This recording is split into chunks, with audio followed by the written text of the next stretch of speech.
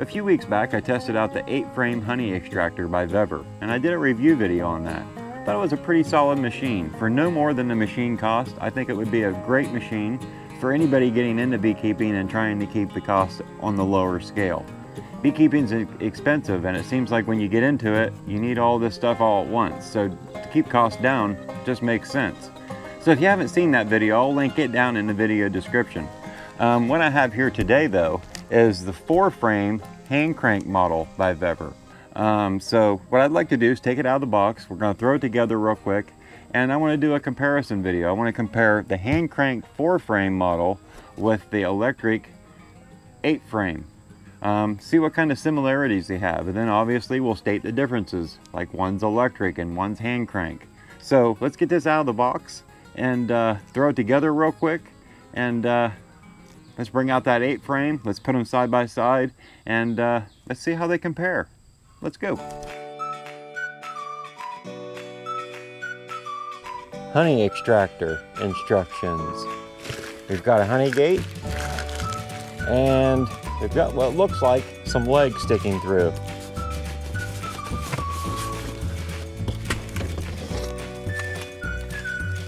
Three stainless steel legs wrapped together in some shrink wrap. We'll set that back here behind me. And now for the big reveal.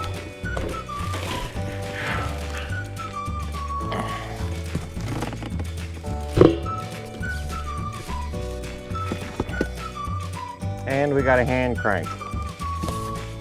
Box is now empty. So what you're looking at here is Vevor's 4-frame hand crank model. Hand crank would go over here. Very little assembly with this model compared to the last model I just did a review on. This would probably be the lids. We'll go ahead and open that up.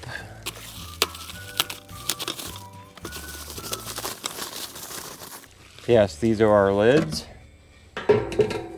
which do not hinge. They just set in place via these stoppers.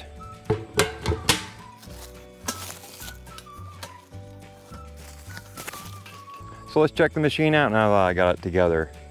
Seems like a pretty solid machine. It was super easy to assemble. It was almost exactly the same assembly as far as the legs and the honey gate on the 8-frame extractor. The lids, there was no assembly because the lids do not hinge. There's these little prongs that stick up, and they keep the lid in place. The hand crank slides on and off until you tighten this bolt. Both lids are exactly the same. So yeah, pretty much the exact same shell of the 8-frame. Let's give it a test run.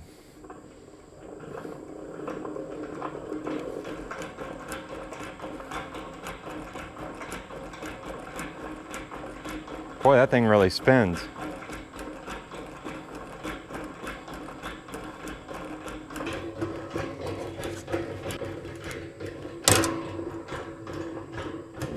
Gotta watch that handle. Wow, that thing spins for a long time. That tells me it's pretty well balanced.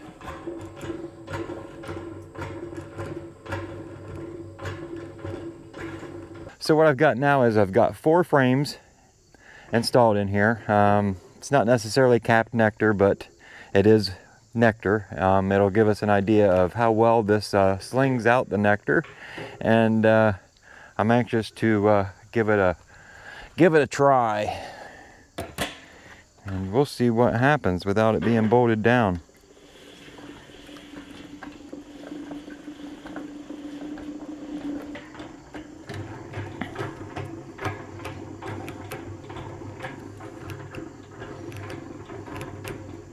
It's definitely slinging. Definitely slinging.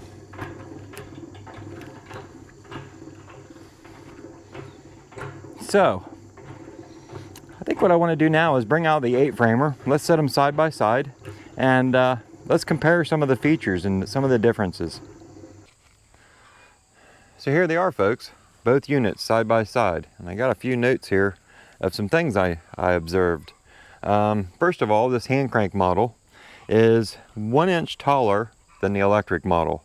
This stands about 40 inches tall from the feet to this brim right here. So I guess we'll begin with some of the features of the hand crank model.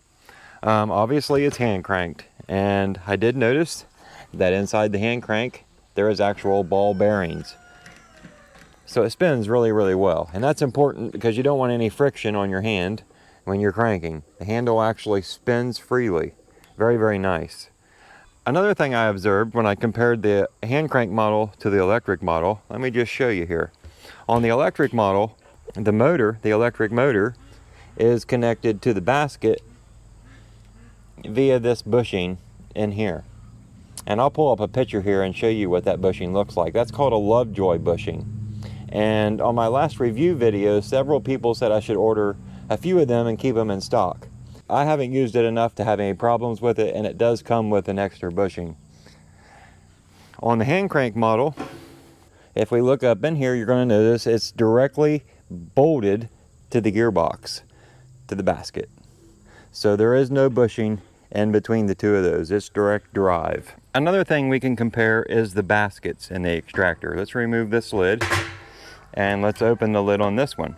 You can see there's not a whole lot of difference. This one's square and this one's kind of square. The real difference that I see is the placement of this bar at the top and the bottom of the basket.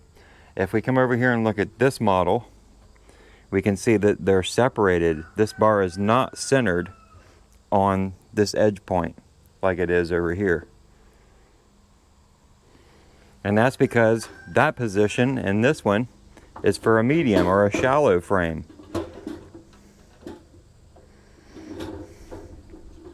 Over here, your only positions for frames is here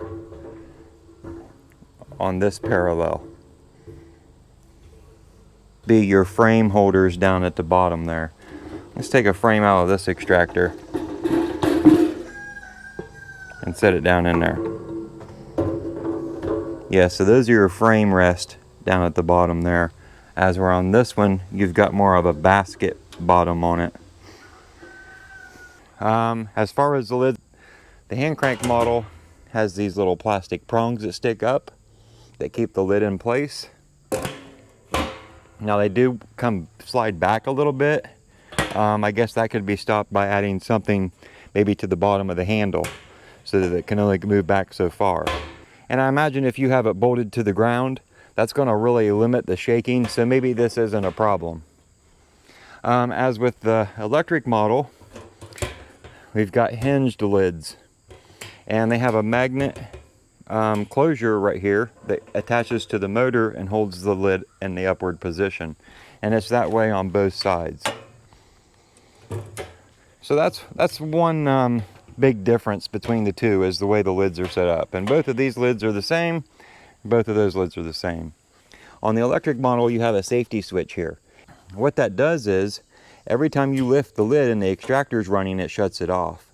So that makes it, when you have to add frames, you don't have to come up here and touch your controllers with your sticky fingers. You lift the lid, the extractor will slow down, move the basket where you want it, stick in the frames that you need to stick in, and when you close the lid again, it'll take off. Now with the hand crank model, there is no such feature. You just basically have to wait for the extractor to slow down or reach into the handle and actually stop it. Now let's discuss the legs on these two models. Let's start with the electric one. You see these brackets that are welded to the actual extractor? And then you can see the lip here of the leg, how it wraps around and it bolts to that mount. Well, we come over here to the hand crank model. Those mounts don't stick out nearly as far from the extractor. Here, let's take a side view. You might notice this gap between the legs and the tank. Now, if we come over here to the hand crank model, that gap is not there, and it's because the mount is more shallow than this one. This one sticks out a lot further. As for the honey gates, they are both exactly the same from one model to the other. Now in my last review, somebody asked if the honey gate was flush with the bottom of the tank. And no, it is not. There is a gap here. So when you get to where you're extracting some honey and you're almost done, you will have to lean the extractor to get the rest of the honey out of here.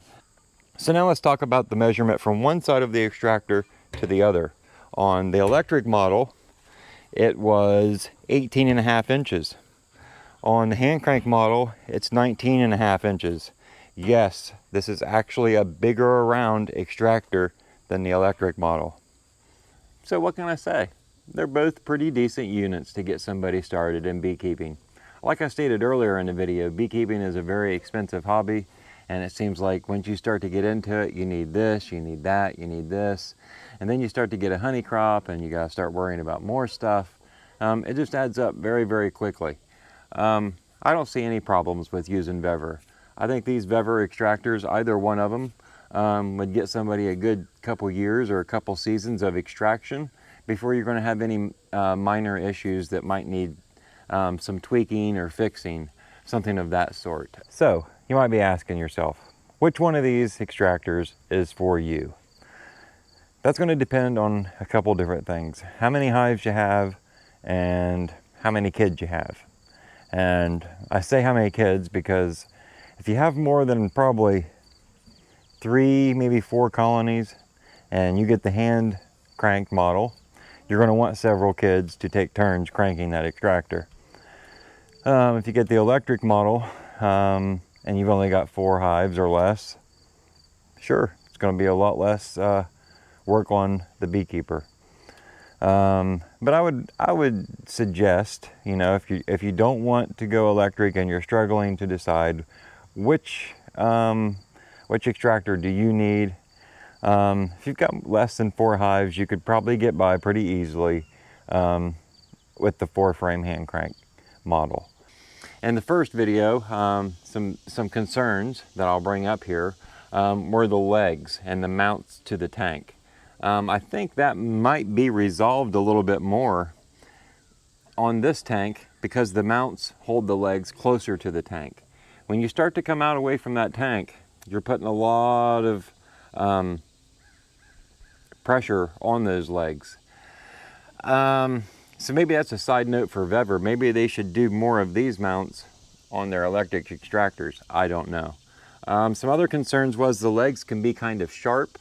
They could use some deburring or maybe stick a swimming pool noodle on them. I don't know, to keep from getting cut.